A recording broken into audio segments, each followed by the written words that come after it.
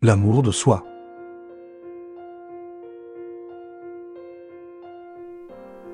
Comment être plus souple avec soi-même et s'aimer plus et ne plus dépendre de son propre amour? Je vous parle d'amour et de soi et de l'importance de la bienveillance à cultiver envers soi-même. Je vous invite à identifier tous les jugements que vous exprimez contre vous et qui impactent directement ou indirectement votre image. L'objectif est de prendre de la distance avec ce qui vous nuit et qui n'est pas réel, vos pensées étant très souvent influencées par des croyances limitantes. Vous avez en vous toutes les ressources pour apprendre à vous aimer. Développons-les ensemble. Demandez-vous qu'est-ce qui vous fait plaisir dans la vie.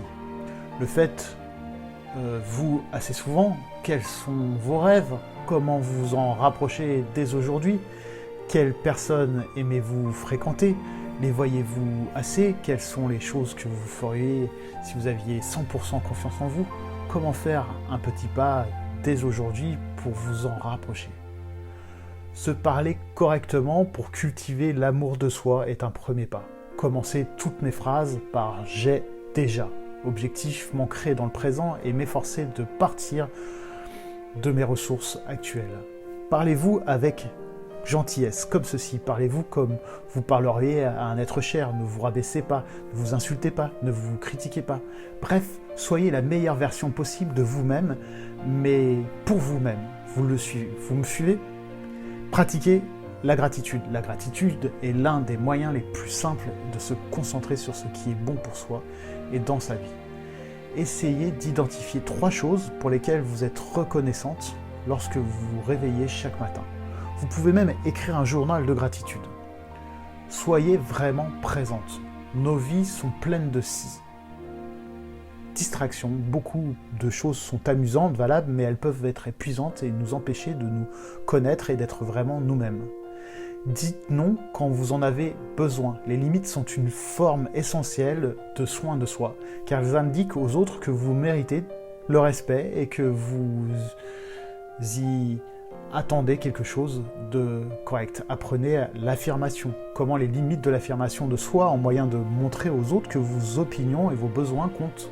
S'aimer soi-même signifie que vous connaissez votre valeur et que vous pouvez la communiquer aux autres. Prenez bien soin de votre corps.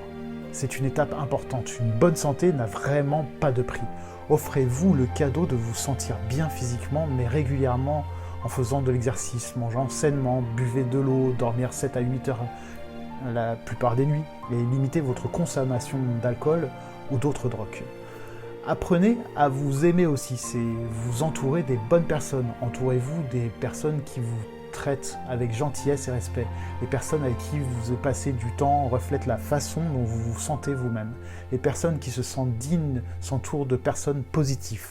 Parfois, apprendre à s'aimer soi-même signifie que vous devez mettre fin à des relations avec des personnes abusives ou peu aimables. Faites de l'amusement une priorité. Mettez quelque chose d'amusant à votre agenda chaque semaine. Ne le négligez pas et n'annulez pas parce que vous avez trop de travail et que votre enfant a besoin d'aide pour son rapport d'histoire. Accordez-vous des temps morts. Vous êtes occupé. Il est temps de ralentir et de permettre à votre corps et à votre esprit de se reposer. Vous n'avez pas besoin de tout faire. Donnez la priorité à ce qui compte le plus. Ne vous sentez pas coupable de dire non. Le repos est générateur et constitue une forme fondamentale de soins personnels. La méthode aussi d'écrire une lettre d'amour à vous-même est très puissante. Je sais que c'est un exercice difficile, mais il vous pousse à identifier les choses que vous aimez chez vous. Apprenez aussi à vous aimer en sachant qu'il est temps de demander de l'aide. Pour prendre soin de soi, il faut aussi savoir reconnaître quand on a besoin de l'aide. Alors, besoin d'aide n'est pas une faiblesse, c'est humain. Nous avons tous besoin d'aide à un certain moment. Comment renforcer l'amour de soi en 5 exercices? Restez positif. Un état dépressif positif est une importance primordiale pour s'aimer soi-même. Vos pensées sont pratiquement la base de tout. Ce sont elles qui vous influent vos émotions et vous pensez de manière positive de vous-même, il vous sera plus aisé de vous aimer. Si vous aimez plus, vous allez également mieux vous considérer. Et si vous vous considérez mieux, vous prendrez de meilleures décisions pour votre vie. L'astuce de pensée positive.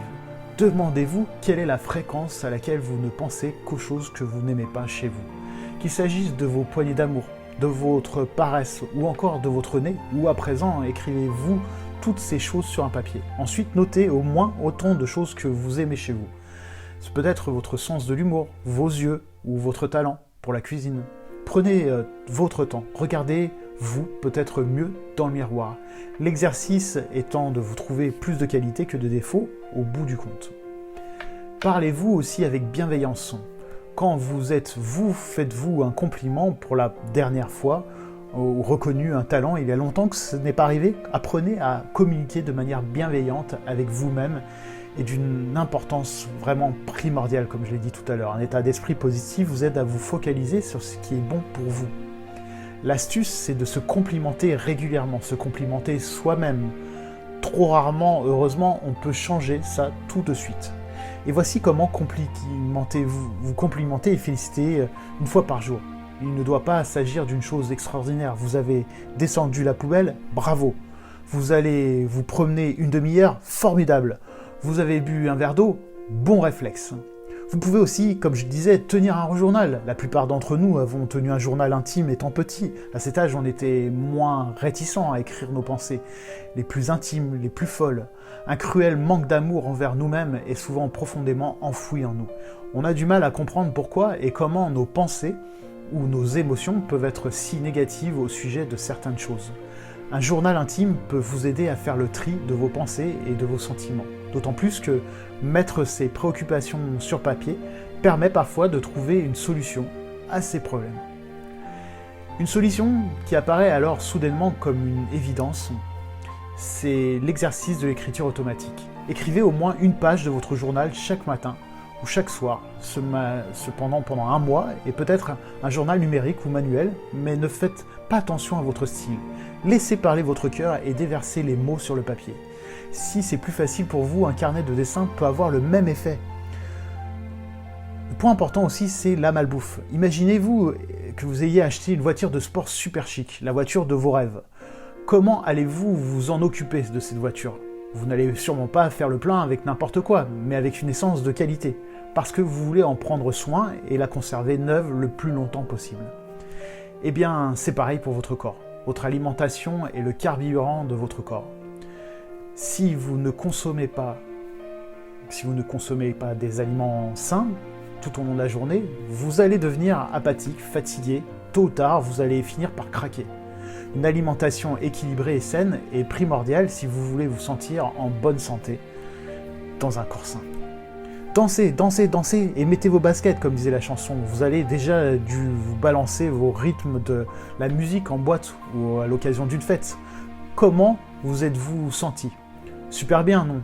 Lorsque nous dansons, notre corps libère des endorphines et c'est pourquoi on se sent libre et heureux. Autre aspect positif de la danse, vous apprenez à vous débarrasser de tous vos blocages et à bouger librement avec un brin de folie. Non seulement la danse procure un énorme plaisir, mais permet aussi de changer de rythme dans un quotidien structuré et organisé. Faites des ronds avec votre bassin par exemple. Le plus cool est que vous pouvez même danser chez vous. C'est pourquoi vous devrez vous accorder une petite session de danse tous les jours. Mettez votre morceau préféré. Si vous n'êtes pas très danseur ou danseuse, que vous vous sentez ridicule, ne vous regardez pas dans le miroir et veillez à ce que personne ne vous voie non plus. Ressentez la musique et bougez comme bon vous semble. Il ne s'agit pas de faire de votre salon un super dance floor. Évacuez simplement tous vos blocages et la négativité accumulée par le mouvement du corps. Vous verrez que vous serez bien plus à l'aise dans votre corps après quelques sessions perso de danse. La technique qui vient, c'est la réécriture. Réécrivez votre script intérieur. Lorsque vous réalisez que vous pensez négativement à propos de vous, sachez reconnaître ce sentiment en identifiant la source avant de réécrire consciemment cette affirmation et une pensée positive. Par exemple, si vous avez oublié d'envoyer un email important au travail, vous pourriez vous mettre à penser que vous êtes stupide et que cela n'aurait pas du tout vous échappé. Alors vous, tout de suite, vous pensez plutôt « je me sens stupide parce que j'ai oublié d'envoyer cet email ». Lorsque j'ai oublié de faire quelque chose, lorsque j'étais enfant, mon père me disait que je suis stupide. Ce sont des mots, pas de lien dans votre tête. Puis pensez « je suis un employé compétent qui a fait une erreur et je vais m'assurer de faire un mot pour me le répéter dans le futur. Pour l'instant, je vais envoyer un email avec un mot d'excuse.